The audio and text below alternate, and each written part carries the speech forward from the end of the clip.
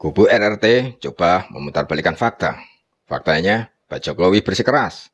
Kasus ini sampai ke pengadilan. Apakah takut kedok peneliti gadungan terbongkar? Selamat datang di Maret 27.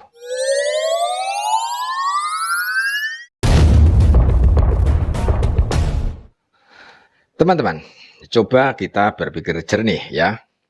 Kalau memang merasa benar, kenapa tiba-tiba minta kasusnya dihentikan? Kalau merasa punya bukti kuat, kenapa justru gelisah saat proses hukum berjalan? Dan yang paling menarik, siapa sebenarnya yang ingin kasus ini sampai ke pengadilan? Jawabannya jelas, bukan kubu yang selama ini teriak-teriak. Justru Pak Jokowi yang bersikeras lanjutkan sampai pengadilan. Nah, loh, bukankah ini terbalik dari narasi yang selama ini mereka bangun? Sudah terjadi salah kaprah di sini. Jadi pertama adalah Pak Jokowi itu melaporkan kepada kami, nanti bisa ditambahkan, bisa ditambahkan oleh penasihat hukum kami ya. Pak Jokowi itu melaporkan kami itu dua hal utama. Pertama adalah kami dianggap melakukan pencemaran nama baik, kemudian melakukan fitnah, begitu ya. Kemudian yang berikutnya adalah kami dianggap melakukan manipulasi data digital ya, dengan pasal yang nggak main-main 32, 35. Nah, sekarang persoalannya adalah kalau kita loncat dulu ya, kalau misalnya kita loncat ke persidangan, itu yang kasihan itu Pak Jokowinya. Ya. Bukan RRT. Tapi hari ini kita bongkar pelan-pelan, tanpa emosi, tanpa teriakan, hanya logika. Selama berbulan-bulan, publik disuguhi tuduhan demi tuduhan, narasi demi narasi, analisa demi analisa yang katanya ilmiah. Nama Joko Widodo terus diseret, dituduh, diragukan, dipertanyakan. Kelompok yang sering disebut publik sebagai kubu RRT, yang di dalamnya ada nama-nama seperti Roy Suryo, Rismon Sianipar, Tifa, dan beberapa tokoh lain, mengklaim sedang melakukan penelitian.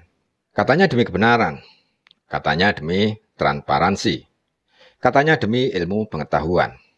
Tapi ketika proses hukum benar-benar berjalan, justru muncul manuver-manuver yang membingungkan publik.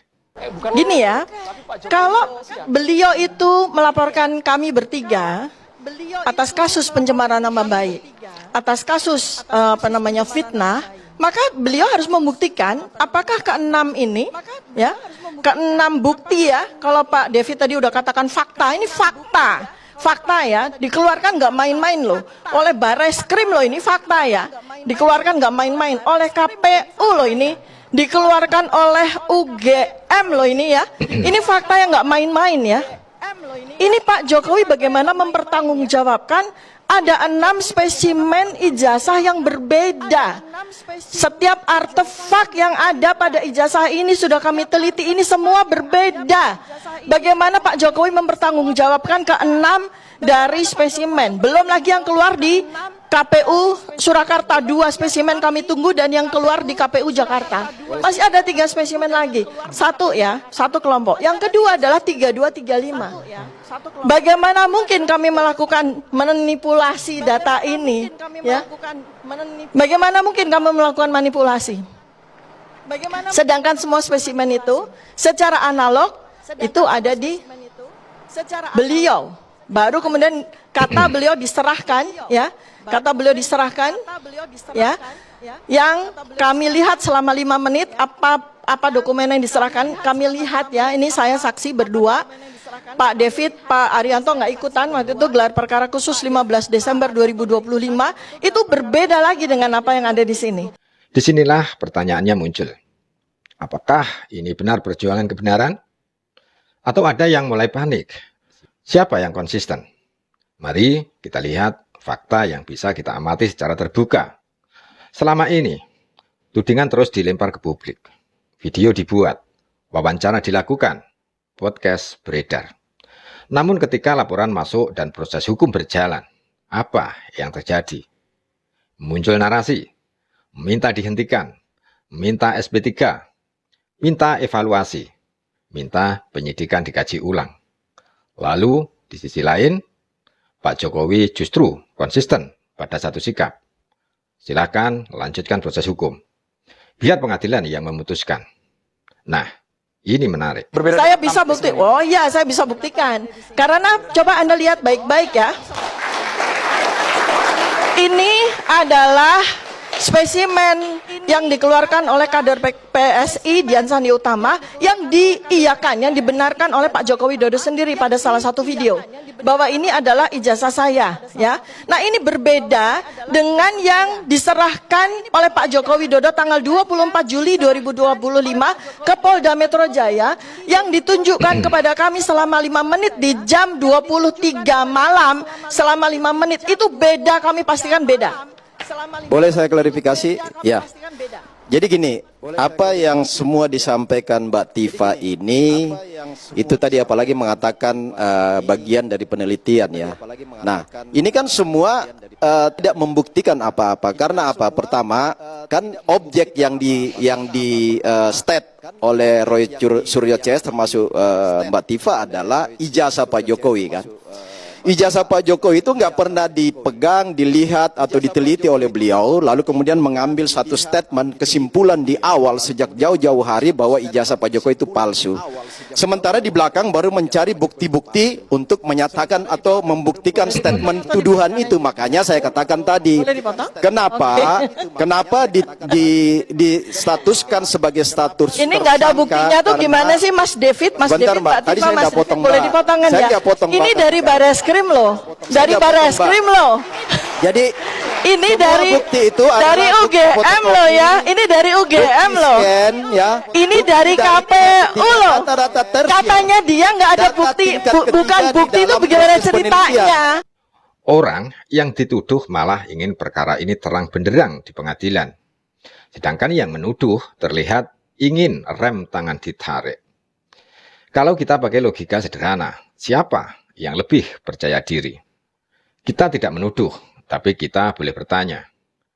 Penelitian itu ada metodologinya, ada standar akademiknya, ada uji validitasnya, ada pertanggungjawaban ilmiahnya. Tapi yang beredar ke publik lebih banyak opini dan framing. Kalau memang penelitian ilmiah, kenapa tidak dipresentasikan di forum akademik resmi? Kenapa tidak diuji oleh pakar forensik independen di pengadilan? Justru saat pengadilan jadi kemungkinan terlihat ada kegelisahan. Ini Jadi, institusi yang saya sangat bisa terhormat. pastikan bahwa Ini yang statement dipegang sebagai itu bagian adik proses iparnya penelitian Pak Joko Widodo itu loh yang apa menyerahkan bagi ke saya? Bareskrim Karena loh. apa? Ini bukan Semua bukti katanya unsur-unsur tuh bagaimana? Bagaimana? dalam sebuah proses penelitian itu tidak terpenuhi. Ya Allah. Karena proses ya. penelitian itu Sekarang ada saya dua tidak ya. pernah Ada mengatakan penelitian bahwa kuantitatif dan ada penelitian kualitatif. Kalau meneliti objek itu masuk dalam penelitian kuantitatif. Nah, di dalam proses Anda penelitian dosen metodologi kuantitatif bukan ya? itu Anda dia dosen harus metodologi tahu data persis dan dengan penelitian fakta kualitatif itu dan harus kuantitatif asli. nggak sih? Bagaimana mungkin Anda penelitian mengambil sebuah kesimpulan kalau nggak salah terhadap S1-nya, sebuah objek, kalau nggak sementara salah objek yang S1-nya diteliti sosiologi. itu bukan Nggak dari tahu objek namanya yang asli. penelitian kuantitatif Itu prinsip penelitian adalah kuantitatif. penelitian matematika. Dia adalah objek Saya yang adalah objek seorang asli. epidemiolog. Kecuali Ya, kalau penelitian epidemiologi kualitatif. itu ilmu matematika. Penelitian kualitatif Jadi itu adalah jangan bicara tentang membandingkan kuantitatif sebuah kalau Anda nggak tahu opini, tentang narasi metodologi dengan kuantitatif. deskriptif. Nah, Anda kalau tidak tahu penelitian apa-apa tentang metodologi kuantitatif itu dia punya objek yang asli yang harus Berarti Anda diteliti. mengatakan UGM Nggak bisa bohong. nggak bisa Mengatakan data KPU tersier atau bohong. seperti Publik mulai bertanya, apakah selama ini yang disebut penelitian hanya konten opini? Apakah ada ketakutan ketika harus bersumpah di bawah hukum? Karena beda loh, ya. Ngomong di YouTube dengan ngomong di ruang sidang itu beda. Di ruang sidang ada konsekuensi hukum. Ada sumpah, ada pembuktian. Di situ tidak bisa lagi pakai narasi bombastis. Yang lebih menarik lagi, narasi diubah. Dulu, kami ingin kebenaran terungkap. Sekarang, kenapa kau dilaporkan? Ini kriminalisasi. Loh, bukankah sebelumnya justru menantang untuk dilaporkan? Ini yang disebut publik sebagai inkonsistensi. Membalikkan posisi seolah-olah korban. Padahal sebelumnya sangat agresif menyerang. Strategi ini bukan hal baru dalam politik. Bangun opini dulu, Jika kena respon hukum, ubah framing jadi korban. Tapi masyarakat sekarang tidak sebodoh itu. Publik bisa menilai sendiri. Dan disinilah titik paling penting. Jika kasus ini benar-benar masuk pengadilan, semua akan terbuka. Dokumen diuji, ahli dihadirkan, forensik diperiksa, saksi disumpah. Kalau memang tudingan itu kuat, maka pengadilan adalah panggung terbaik. Tapi kalau ternyata tidak kuat, disitulah kedok bisa runtuh. Dan mungkin inilah yang membuat sebagian pihak mulai gelisah. Karena di ruang sidang tidak ada panggung dramatis, tidak ada potongan video, tidak ada framing sepihak. Yang ada hanya fakta hukum. Dan justru Pak Jokowi terlihat paling siap menghadapi itu. Pada akhirnya, ini bukan soal suka atau tidak suka. Ini soal konsistensi. Orang yang difitnah memilih jalur hukum. Orang yang menuduh terlihat ragu saat hukum berjalan. Siapa yang lebih percaya diri? Biarkan publik menilai. Yang jelas, jika memang ingin kebenaran, maka pengadilan adalah tempatnya. Dan kita lihat bersama, siapa yang bertahan dan siapa yang goyah. Teman-teman, negara ini negara hukum. Kalau ada tuduhan, buktikan di pengadilan.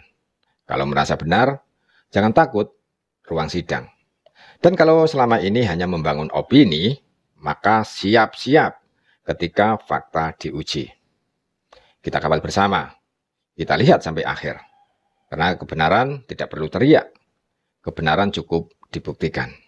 Dan saat ini, yang paling terlihat siap membuktikan adalah Pak Jokowi.